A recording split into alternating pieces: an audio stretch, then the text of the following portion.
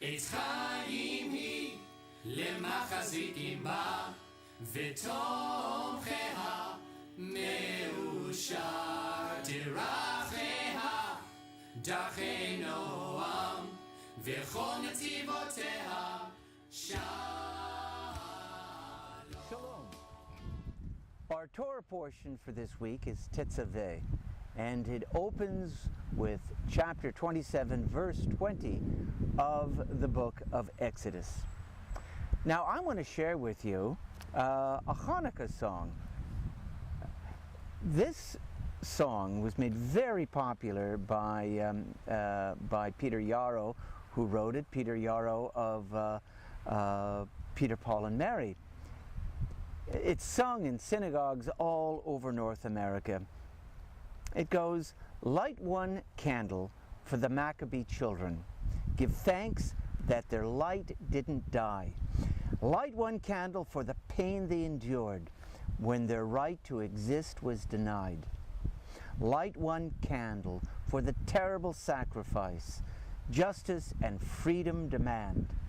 Light one candle for the wisdom to know when the peacemaker's time is at hand." Now you might be saying to yourself, you might be asking right about now, why am I sharing with you the words of a Hanukkah song, this being the end of winter, or close to the end of winter, when we're much closer to Purim than we are to Hanukkah?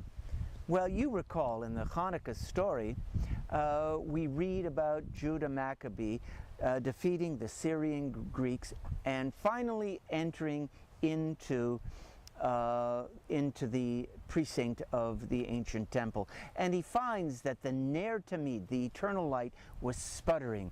It was just about to go out. And you remember the story of that one cruse of oil that they found.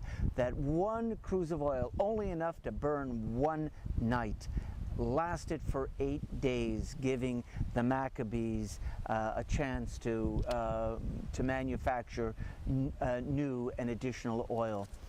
Now, this week's portion, and I'll tell you what the connection between Hanukkah and this week's Torah portion is. This week's Torah portion talks about the Ner Tamid. In it we find the commandment to kindle a light for all generations. Let me read to you what it says. "You shall command the Israelites to bring you clear oil of beaten olives for lighting, for kindling lamps regularly," or continually, as some translations say. "Aaron and his sons shall set them up in the tent of meeting, outside the curtain which is over the ark of the covenant, to burn from evening to morning before the Eternal. It shall be a commandment for the Israelites for all time throughout the ages." Now, what's been the subject of many commentaries throughout the years is the opening of this particular passage, this particular portion. There are 613 commandments found in the Torah, and usually a commandment opens with the formula "Vaydaber Adonai el Moshe lemor, daber el bnei Yisrael," and the Eternal One spoke to Moses, saying, "Speak unto the children of Israel," unto the Israelites. And then we have the specifics of that particular commandment. But in this week's Torah portion, it doesn't say "speak to the Israelites." It says "command the Israelites." There seems to be this emphasis. There is a certain urgency in this.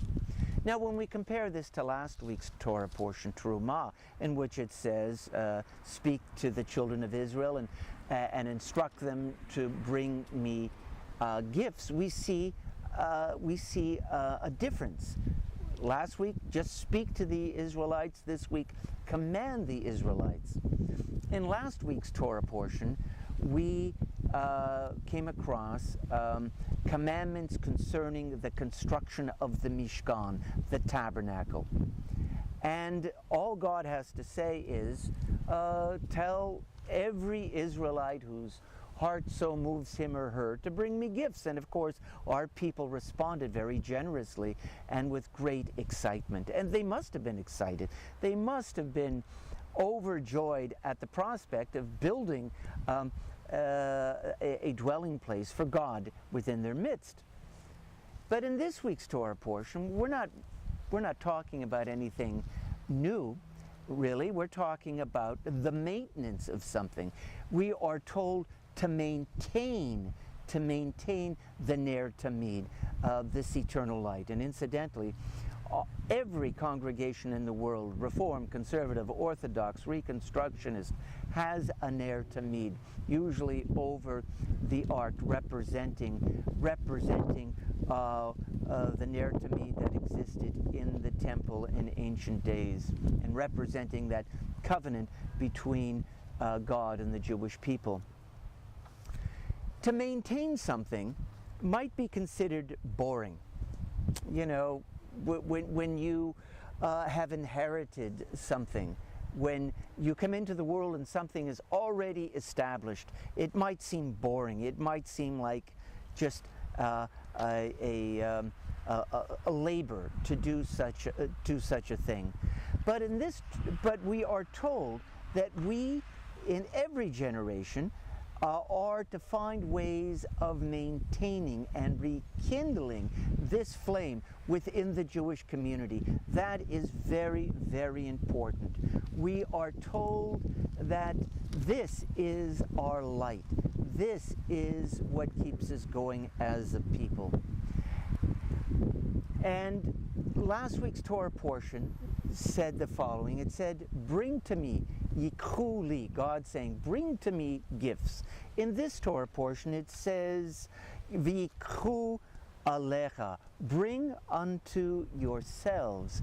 When we do this labor of love, this maintaining of Jewish institutions, when we keep this flame alive, this is not just for the Jewish people. This isn't just for the Jewish community. This is something that kindles our Jewish souls and that light within. And so the challenge for us in every generation is to find new ways to keep this flame alive. And I love the chorus in Peter Yarrow's song. It says, don't let the light go out. It's lasted for so many years. Don't let the light go out.